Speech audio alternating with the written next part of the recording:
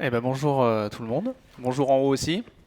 Voilà, c'est un honneur, un privilège pour moi d'être là et voilà, j'espère comme a prié Charlie qu'on puisse chacun d'entre nous repartir avec quelque chose à appliquer et des connaissances vraiment à appliquer dans nos vies.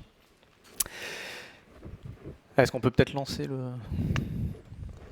C'est moi qui fais? C'est moi qui fais. Magnifique. Alors j'aimerais commencer par une petite interrogation. Non. Est-ce que quelqu'un se souvient du titre de la prédication? Yes. Voilà, j'irai pas plus loin. Sans transition, est-ce que vous connaissez Fran Selak? Est-ce que quelqu'un connaît Fran Selak? Moi non plus, je ne le connaissais pas avant de préparer. En fait, cet homme, c'est un Croate qui, selon les points de vue, est l'homme soit le plus chanceux, soit le plus malchanceux de l'histoire de l'humanité. Pour preuve, en 1962, un train déraille, 17 passagers meurent, sauf Fran Selak. 1963, un avion s'écrase, 19 personnes encore meurent, sauf Fran Selak qui est tombé par la porte de l'avion juste avant et qui est tombé, comme dans Tintin, dans une botte de foin. 1966, un bus dévie et finit dans une rivière. 4 passagers meurent, sauf Fran. En 1970, sa voiture prend feu. Il a le temps de sortir par la fenêtre. Il est vivant. 73, la voiture reprend feu. Il s'en sort vivant encore une fois. 1995, Fran se fait renverser par un bus. Il est vivant. 1996, il échappe à une collision avec un camion de l'ONU. Et enfin, 2003, il gagne 800 000 € à la loterie. Voilà. Donc certaines personnes, visiblement, semblent vivre des circonstances extraordinaires. Et à ce moment-là, on parle de chance, de bonne étoile, de bol, de veine, de baraka, ce qu'on veut. Et d'autres, au contraire, n'ont rien de tout ça. Voilà, je fais un exemple avec les feux rouges, par exemple. Encore une démonstration ce matin. Dans Exode 1, qu'on a étudié la semaine dernière avec Arnaud, on a vu que le peuple de Dieu est plutôt dans la deuxième catégorie. À la fin du chapitre, on apprend que le pharaon va même jusqu'à exiger que tous les petits garçons hébreux soient méthodiquement et systématiquement noyés dans le Nil, le fleuve. Le pharaon, il pense par ce moyen pouvoir contrecarrer la manœuvre des sages-femmes qui ont permis de sauver de nombreux petits garçons et permettre au peuple d'Israël de continuer de s'accroître et de se multiplier. Pharaon, il pense être maître des circonstances et maîtriser tout ce qu'il veut. Qui peut se tenir contre lui? D'ailleurs, ce peuple est encore en esclavage à ce moment-là. Pharaon a oublié la bénédiction qu'a été et qu'aurait pu être le peuple d'Israël pour l'Égypte. Mais il s'oppose au seul vrai Dieu, qui lui va équiper des personnes fidèles et courageuses, qui savent dire non aux hommes et oui à Dieu. Et on l'a dit, en toutes circonstances, Dieu fait avancer son plan. Et je vous propose qu'on prenne nos Bibles pour lire le passage d'aujourd'hui, donc Exode 2, versets 1 à 22, ça correspond aux pages 39 et 40 des Bibles qui sont disponibles sur les bancs. Et on va voir comment Dieu fait avancer son plan.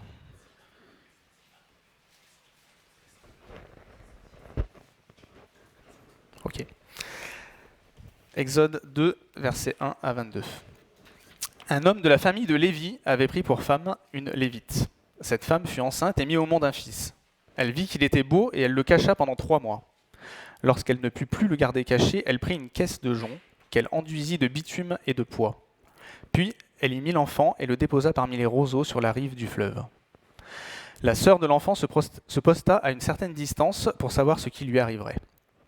Or, la fille de Pharaon descendit au fleuve pour se baigner, tandis que ses servantes se promenaient le long du fleuve. Elle vit la caisse au milieu des roseaux et envoya sa servante la prendre. Quand elle l'ouvrit, elle vit l'enfant. C'était un petit garçon qui pleurait. Prise de pitié pour lui, elle dit « C'est un enfant des Hébreux ». Alors la sœur de l'enfant dit à la fille du Pharaon « Veux-tu que j'aille te chercher une nourrice parmi les femmes des Hébreux afin qu'elle allaite cet enfant pour toi ?»« Vas-y », lui répondit la fille du Pharaon. Et la jeune fille alla chercher la mère de l'enfant. La fille du Pharaon lui dit « Emporte cet enfant et allaite-le pour moi. Je te donnerai ton salaire. » La femme prit l'enfant et l'allaita.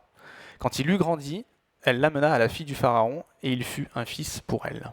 Elle l'appela Moïse, car, dit-elle, je l'ai retiré des eaux. Une fois devenu grand, Moïse sortit vers ses frères et vit leurs pénibles travaux. Il vit un Égyptien frapper un Hébreu, un de ses frères. Il regarda de tous côtés, vit qu'il n'y avait personne et tua l'Égyptien qu'il cacha dans le sable. Quand il sortit le jour suivant, il vit 2 Hébreux se battre. Il dit à celui qui avait tort, « Pourquoi frappes-tu ton prochain ?» Cet homme répondit alors, « Qui t'a établi chef et juge sur nous ? Est-ce pour me tuer que tu me parles, comme tu as tué l'Égyptien » Moïse eut peur et se dit « L'affaire est certainement connue. » Le Pharaon apprit ce qui s'était passé et il chercha à faire mourir Moïse. Mais Moïse s'enfuit loin de lui et s'installa dans le pays de Madian. Il s'arrêta près d'un puits. Le prêtre de Madian avait 7 filles. Celles-ci vinrent puiser de l'eau et elles remplirent les abreuvoirs pour faire boire le troupeau de leur père. Les bergers arrivèrent et les chassèrent. Alors Moïse se leva, prit leur défense et fit boire leur troupeau. Quand elles furent de retour chez Réuel, leur père, il demanda « Pourquoi revenez-vous si vite aujourd'hui ?» Elles répondirent « Un Égyptien nous a délivrés de la main des bergers. Il nous a même puisé de l'eau et a fait boire le troupeau. » Réuel dit à ses filles « Où est-il ? Pourquoi avez-vous laissé cet homme ? Allez l'appeler pour qu'il vienne prendre un repas. » Moïse décida de s'installer chez cet homme qui lui donna en mariage sa fille Séphora.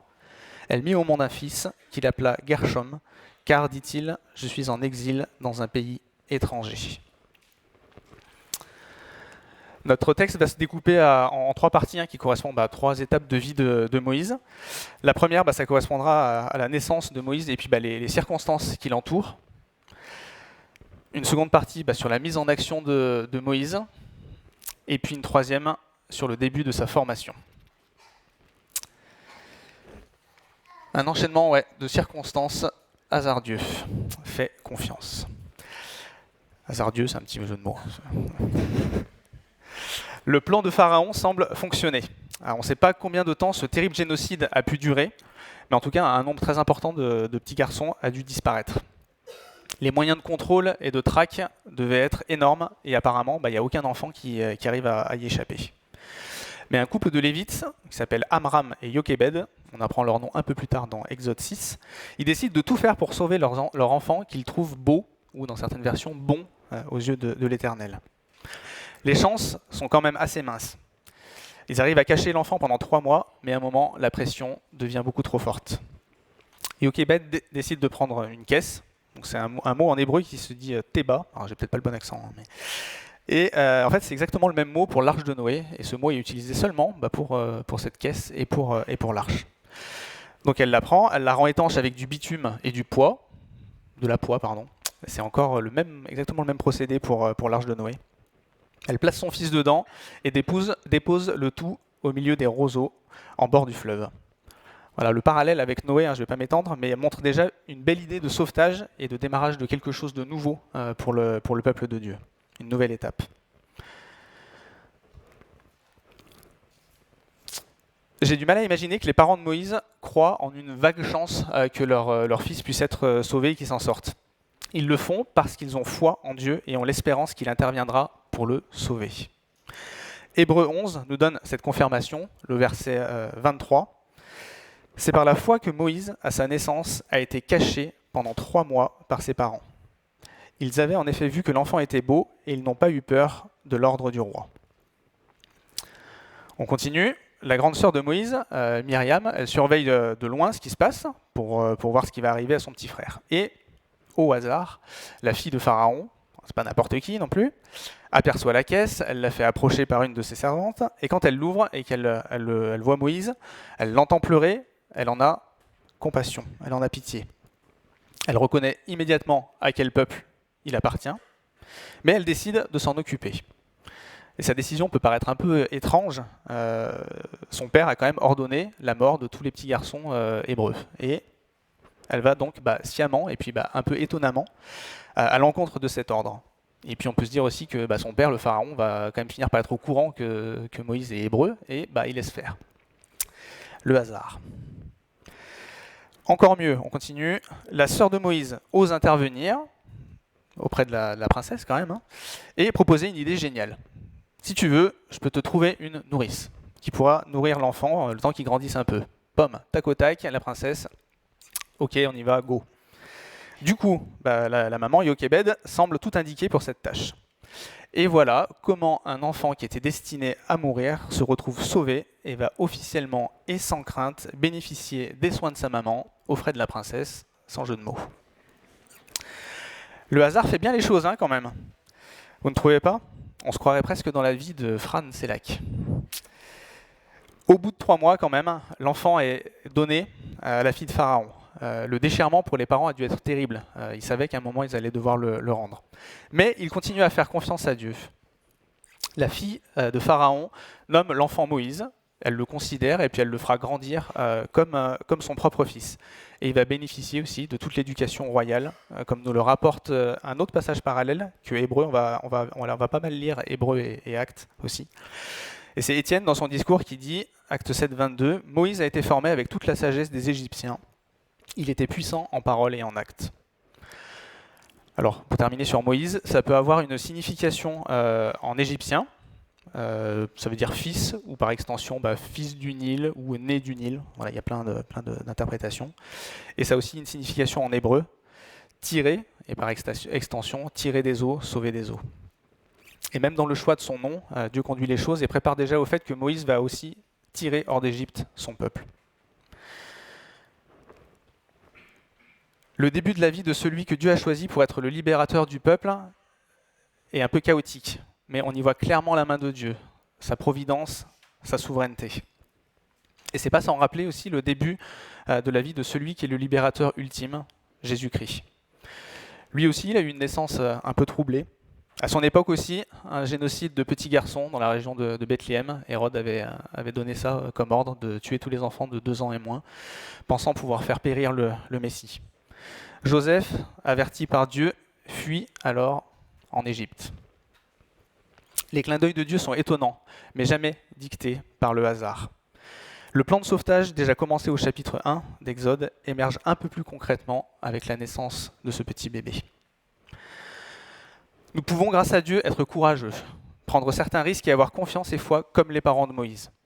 Dieu, il intervient de diverses manières pour réaliser les plans qu'il a prévus d'avance. Notre Dieu n'agit pas en réaction aux événements et aux circonstances. Il les provoque, il les maîtrise pour les faire converger vers la réalisation de sa volonté. Et rien ni personne ne peut arrêter ce qu'il a décidé et prévu. Une invitation à lui faire confiance. Et je nous invite aussi à lire, comprendre et voir ce texte un peu plus que comme la belle histoire du prince d'Égypte, le dessin animé. Ces choses, cet enchaînement, ça s'est réellement passé comme ça. Je ne sais pas vous, mais moi des fois je dois me faire violence pour me dire que voilà, certains, les miracles de l'Ancien Testament, du Nouveau Testament, ça s'est vraiment passé comme ça. Des fois on a une tendance à passer rapidement. On passe très vite dessus et je ne m'arrête pas sur le fait que Dieu a réellement, enfin le Dieu qui a réellement accompli toutes ces choses est le même Dieu aujourd'hui. Alors je ne vais peut-être pas vivre des choses énormes comme Moïse, mais c'est ce Dieu-là qui prend soin de moi, c'est ce Dieu-là qui m'a appelé, c'est ce Dieu-là qui m'a sauvé en mourant à la croix à ma place. Voilà, ça aussi c'est réellement arrivé, ça n'a rien à voir avec le hasard.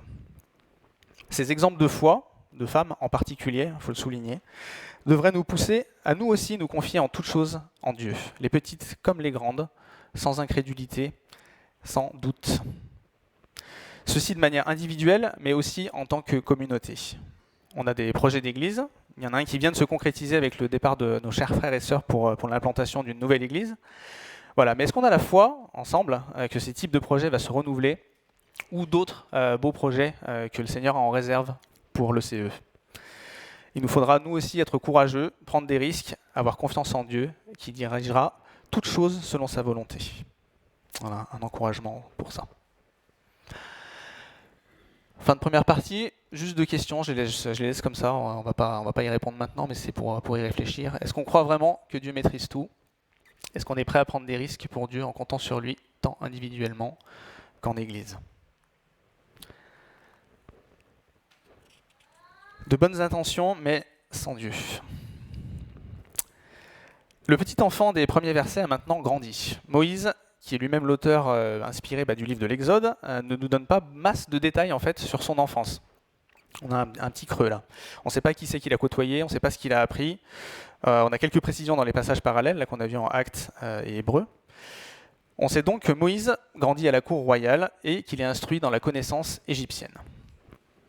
Le verset 11 de notre passage, « Une fois devenu grand, Moïse sortit vers ses frères et vit leurs pénibles travaux », nous fait légitimement penser que Moïse, il sait d'où il vient. Alors, à quel âge est-ce qu'il l'a appris? Est-ce qu'il a entendu des mauvaises blagues sur les Hébreux?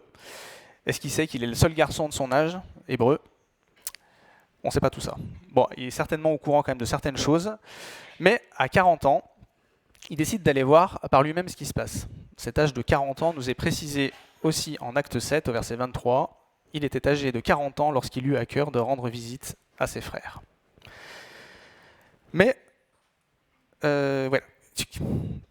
Donc ouais, on peut se dire que ça fait quand même un certain temps, 40 ans d'attente, et voilà, il en a mis un peu du temps quand même, le Moïse, pour se soucier de ses frères. Est-ce qu'il a voulu se préserver avant, profiter de la belle vie facile au palais? Moïse était presque un Égyptien, hein, presque assimilé, presque intégré à cette culture et à ce peuple. Il aurait aussi bien pu ignorer et continuer sa vie. Mais on se souvient aussi du démarrage, on se souvient que Dieu a mis en place ce que Dieu a mis en place en le sauvant des eaux, en le mettant à part. Et Dieu permet aussi à Moïse d'acquérir des connaissances ou des compétences dont il aura certainement besoin plus tard. On peut faire un autre parallèle avec Jésus, qui lui aussi a bénéficié d'une enfance plutôt tranquille dans un environnement sain. En Luc 2, 39, on lit « Or l'enfant, donc Jésus, grandissait et se fortifiait en esprit.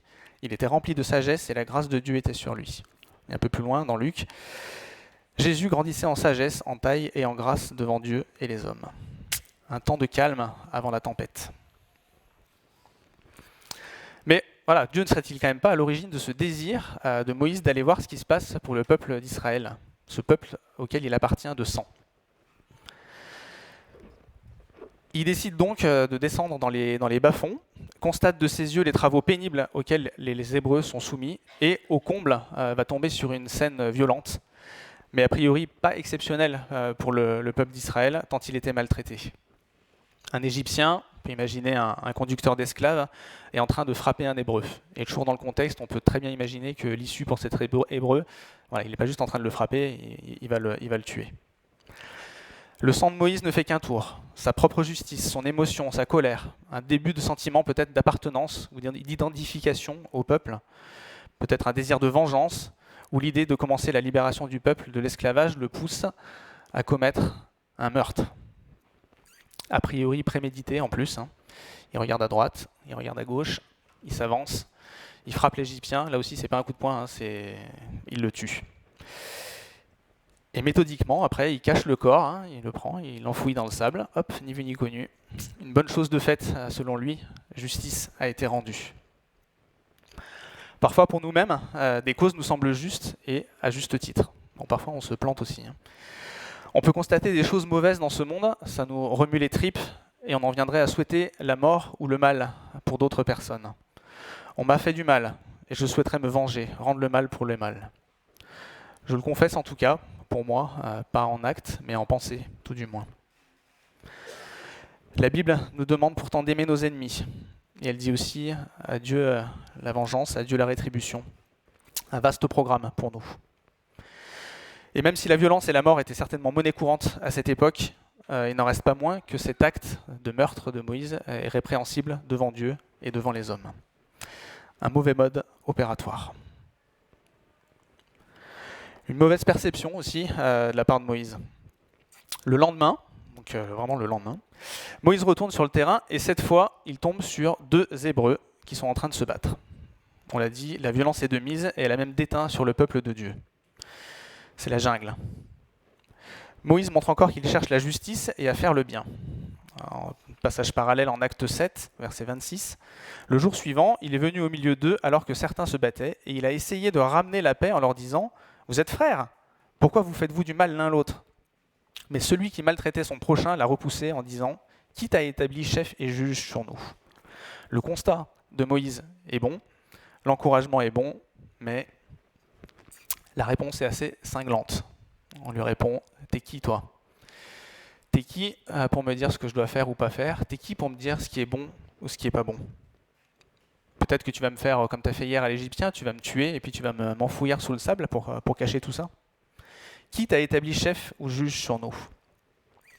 Alors, est-ce que les Hébreux savaient qui était Moïse ? Est-ce qu'ils connaissaient son histoire ? Je ne sais pas. Si oui, est-ce qu'ils se demandaient ce qu'il attendait pour profiter de sa place pour venir les aider ? Et s'ils ne savaient pas, la manière dont s'y prend Moïse n'a pas l'air de leur inspirer confiance ou espoir, mais plutôt du dédain ou du mépris. La grosse claque. Moïse n'est ni crédible, ni légitime aux yeux de son propre peuple, même en montrant qu'il prend sa défense, même en s'impliquant au point jusqu'au point de tuer. Une pensée aussi pour nous aujourd'hui, une petite parenthèse, faisons attention et soyons sages dans nos interventions hors ou dans l'Église. La parole ne nous demande pas de rester muet, au contraire, elle nous encourage à reprendre un frère ou une sœur, mais avec amour, avec sagesse, avec humilité. Et c'est pareil aussi dans notre témoignage à l'extérieur, dans nos interventions à l'extérieur. Bon, c'est pas aujourd'hui que Moïse va prendre la tête du peuple, du coup, et mener à la libération, si c'est ce qu'il avait en tête. Là, Moïse se dit plutôt qu'il est vraiment mal. Si cet Hébreu est au courant, ça veut dire que beaucoup de monde certainement est au courant, dont des Égyptiens. Et voilà, donc Moïse réagit par la peur. Et en fait, bah oui, forcément, l'affaire remonte très haut jusqu'au Pharaon lui-même, qui ordonne de rechercher Moïse pour le mettre à mort. Alors Pharaon est peut-être en train de réagir et de se dire qu'il a enfin une occasion de faire disparaître un danger pour son peuple, ou en train de se dire qu'il aurait dû le faire quand Moïse était tout petit. Ce qu'il ne comprend pas, le Pharaon, c'est que lui aussi est encore sous le contrôle de Dieu. Que tout ce qu'il a pu imaginer, mettre en place pour faire disparaître ce peuple, est finalement maîtrisé par Dieu lui-même. Et il continue, dans tous les cas, à s'opposer à Dieu. On va revenir à Moïse. Il se retrouve confronté à un choix. Soit il reste en Égypte et c'est la mort assurée, soit il s'enfuit loin de ce pays. C'est peut-être une question qu'il se pose depuis longtemps, mais là, il y a urgence. Est-ce qu'il est égyptien ou est-ce qu'il est hébreu? Veut-il profiter de la vie tranquille ou doit-il choisir un chemin plus compliqué? S'il part, pas de retour possible en tant que Moïse, prince d'Égypte. Et il va aussi se retrouver seul, parce que le peuple auquel il s'est identifié, a priori, va rester en Égypte pour l'instant. En définitive, le choix est assez vite fait, parce que le seul moyen de rester en vie, c'est de partir et de laisser derrière lui son passé et ses espoirs d'aider le peuple. Un cuisant échec. Mais il comprend aussi certainement, en ce bref instant, peut-être un peu plus tard aussi, des choses importantes. On repasse sur Hébreux 11, verset 24.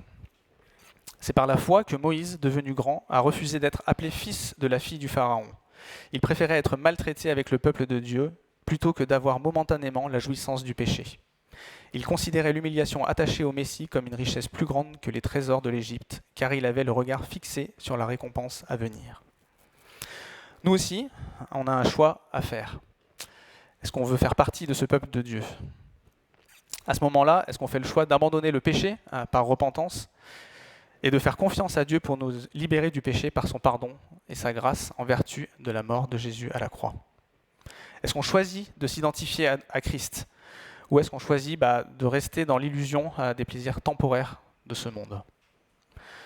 Le chemin avec Christ est décrit par la Bible comme étroit et semé de difficultés, de souffrances, mais amenant à une délivrance, une libération et à la vie éternelle dans la présence de Dieu.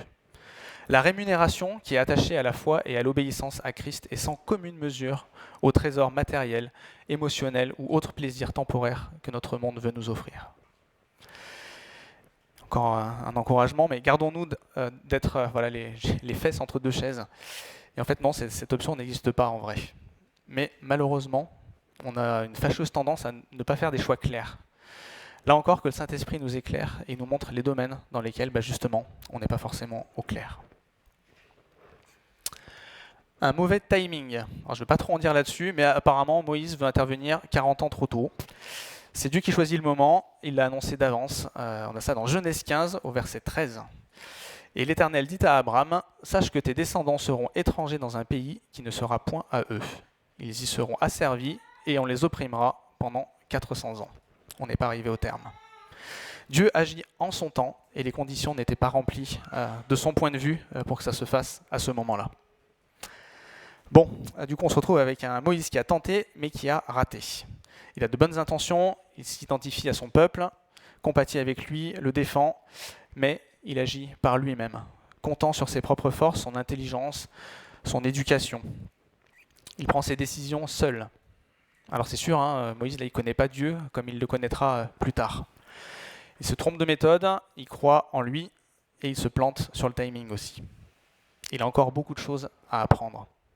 Un peu comme vous et un peu comme moi. Combien de fois est-ce que je me rends compte que je me suis trompé justement sur ces méthodes, motivations et tout ça, avec une volonté de faire tout seul? Passons au crible de la parole, nos motivations, même lorsqu'on fait des bonnes choses pour Dieu, pour l'Église ou pour notre prochain. Est-ce que nos motivations sont toujours pures dans le but de glorifier Dieu ou pour notre propre gloire ou encore pour mériter quelque chose de la part de Dieu ou l'approbation de Dieu ou des hommes? J'ouvre encore une petite parenthèse. Je ne voudrais pas que ce soit une excuse pour ne rien faire, pour le coup, et ne rien tenter, pour rester caché en disant « je ne suis pas prêt, les autres vont le faire ». Voilà. Moïse, il était seul à l'époque, mais nous, on est entouré de frères et sœurs qui peuvent nous aider, nous conseiller, et puis nos responsables aussi sont disponibles pour ça. Et surtout, on appelait au Seigneur pour qu'il ait pitié de nous et qu'il nous fasse grâce dans ces domaines, qu'il nous donne la sagesse et un cœur qui soit bien disposé.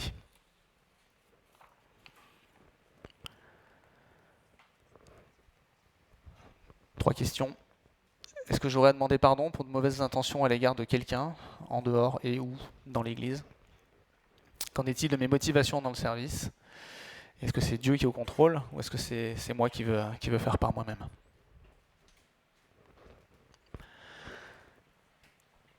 Dieu va démarrer avec Moïse un apprentissage qui va commencer dans la solitude et la difficulté. Deuxième partie du verset 15 de notre passage. Mais Moïse s'enfuit loin de lui, donc du Pharaon, et s'installa dans le pays de Madian. Il s'arrêta près d'un puits. Une phrase très courte, une seule phrase, mais qui peut représenter un temps certain et quelques difficultés. Sortir du lieu où il était sans se faire remarquer, et puis sans rien en poche, a priori Moïse ne savait pas qu'il allait devoir fuir assez rapidement. Puis marcher dans une zone plutôt désertique, seul, jusqu'au pays de Madian, alors qu'on peut estimer éloigné, si on part de l'Égypte en ligne droite, entre 250 et 450 km, parce que voilà, en fait, les Madianites, c'est un peuple nomade, donc on ne sait pas trop où ils habitent. Donc, certains disent que Madian, c'est là, ou dans le Sinaï, ou au sud de Canaan, voilà. Mais bon, comme ils sont nomades, on ne sait pas trop. Je m'y retrouve. Voilà, donc entre 250 et 450 km, une paille. Ça a dû lui laisser quand même un peu le temps à Moïse de gamberger, de réfléchir, de s'apitoyer, peut-être se décourager, et certainement, j'espère aussi, et on va le voir, au final, de se rendre compte de certaines de ses erreurs. Je fais un dernier parallèle avec Jésus, qui lui aussi a eu ses moments seuls, notamment lors de la tentation dans le désert. Les parallèles ont leurs limites, surtout que Jésus ne s'est pas retrouvé seul à cause d'un péché ou d'un mauvais enchaînement de décisions. Mais on voit que Dieu utilise des schémas pédagogiques pour former ses serviteurs.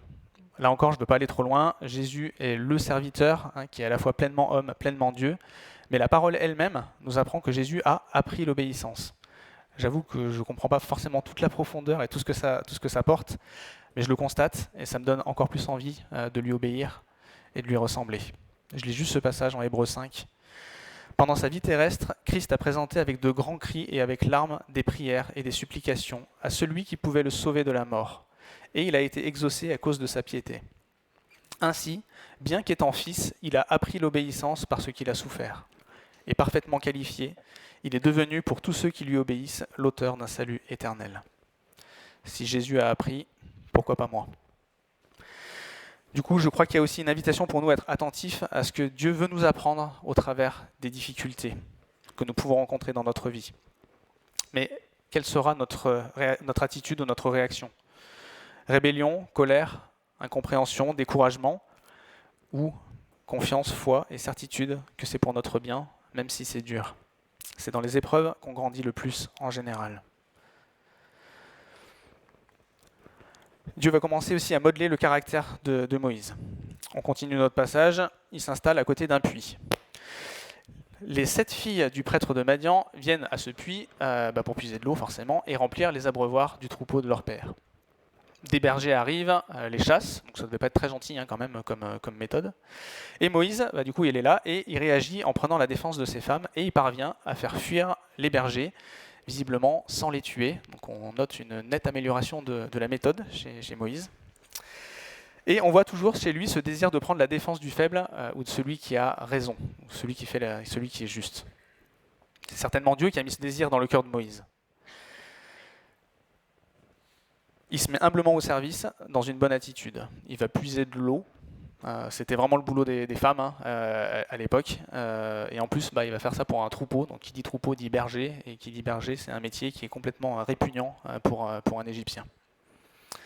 Le sentiment de peur qui dominait quand il est parti semble s'être mué en courage, plutôt bien orienté maintenant. Le temps seul dans le désert lui a été profitable. De retour à la maison, les filles racontent ce qui s'est passé à leur père, qui invite Moïse chez lui pour manger. Finalement, il va faire un peu plus que manger, puisqu'il va épouser une des filles de Réuel, qu'on appelle aussi Jéthro. Cette fille s'appelle Séphora.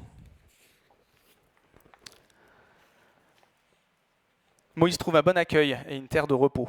Une terre d'ailleurs qui est beaucoup plus proche de là où il devrait être. Plus proche de la terre que Dieu a choisie pour son peuple. Voilà, vu la localisation du pays où vivent les Madianites, on peut même dire que Moïse est à la maison, ou presque. Le fait que Réuel soit mentionné comme prêtre ou sacrificateur nous laisse à penser qu'il l'est de Dieu et pas d'une divinité autre. Le chapitre 18 d'Exode, un peu plus loin, nous dit aussi qu'il reconnaît le Dieu d'Israël comme le vrai Dieu. On sait aussi que les Madianites descendent de Madian, c'est le fils d'Abraham et de Kétoura, c'est la femme qu'il a pris après la mort de Sarah. Bref, voilà, tout ça pour dire que ce Réuel, il connaît certainement des choses sur Dieu et sur les Hébreux. Moïse va donc certainement pouvoir bénéficier d'un enseignement de la part de son beau-père. Il va devenir berger, on le verra après, conducteur d'un troupeau de bêtes. Là aussi, des belles choses à apprendre. L'humilité, soigner, être attentif, conduire. Moïse devient également papa d'un petit garçon qu'il nomme Gershom. Et voilà, ça change un peu les choses hein, de devenir papa. Des responsabilités en plus, éduquer, savoir dire non à son fils ou à sa fille. Pourvoir aux besoins de plus de monde, protéger, planifier, plein de choses derrière. Bref, plein de qualités nécessaires à un leader, mais appréhendées de manière différente ou complémentaire par rapport à ce qu'il avait appris en Égypte. Et notre texte se termine sur la signification du nom donné à son fils aîné, Gershom, qui veut dire émigré ou étranger ici. Alors le temps de la traduction de la version qu'on a de la seconde 21 qui dit « Je suis en exil dans un pays étranger » donne pas forcément la bonne signification. La traduction plus littérale d'Arby nous dit « J'ai séjourné dans un pays étranger ». Les changements opérés en Moïse lui font plutôt dire qu'il était étranger en Égypte et que maintenant il est là où il doit être. La question de son identité semble bien réglée, il est hébreu. Problème, il est tout seul. Et le reste du peuple est toujours dans un pays étranger, dans un esclavage terrible. Combien de temps est-ce que ça va encore durer ? Moïse n'en sait a priori rien et il ne sait pas encore vraiment quel rôle il a à jouer là-dedans. Mais encore une fois, Dieu sait ce qu'il fait et il connaît le temps dans lequel ce qu'il a prévu s'accomplira.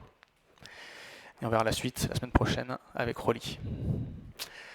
Petite conclusion. Voilà, Dieu nous parle. Quelques questions d'abord avant la conclusion. Comment est-ce que je vis les difficultés ou les épreuves qui surviennent dans ma vie ? Quel est mon choix quant à l'appel de Dieu ? Vivre avec lui ou sans lui ? Dieu peut me changer, est-ce que je le veux ? Est-ce que je veux le laisser me transformer ou est-ce que je vais lui résister ? Dieu nous parle aujourd'hui par des textes écrits il y a des milliers d'années. L'histoire d'un petit enfant sauvé des eaux par Dieu lui-même, Dieu au contrôle de toutes choses. Un enfant sauvé par la foi de personnes qui ont fait confiance à Dieu et qui ont pu voir au-delà avec une ferme espérance que Dieu agit et qu'il accomplit ses plans comme il le veut. Ayons, nous aussi, une pleine assurance et une confiance en lui. Dieu nous parle par l'histoire d'un homme qui était un peu fouillis entre ses intentions, ses motivations, sa méthode, son timing, vouloir faire les choses par lui-même, et qui a dû faire des choix. Apprenons nous aussi la patience et la sagesse en nous abandonnant à Dieu qui accomplit ses plans quand il veut. Dieu nous parle par l'histoire d'un homme qui apprend dans la difficulté, mais aussi par la grâce de Dieu à devenir celui que Dieu a choisi pour libérer son peuple. Laissons-nous nous aussi modeler et transformer par les Écritures et par le Saint-Esprit qui habite et agit en nous si nous sommes bien enfants de Dieu. Dieu est capable de changer les cœurs, les habitudes, les caractères, n'en déplaise à ceux qui pensent qu'on ne peut pas changer. On ne peut pas changer soi-même, mais on peut se laisser changer. Je termine juste, voilà. Seigneur, on a vraiment besoin de toi. Viens à notre secours et aide-nous dans tous ces domaines. On a tellement besoin de toi. Amen.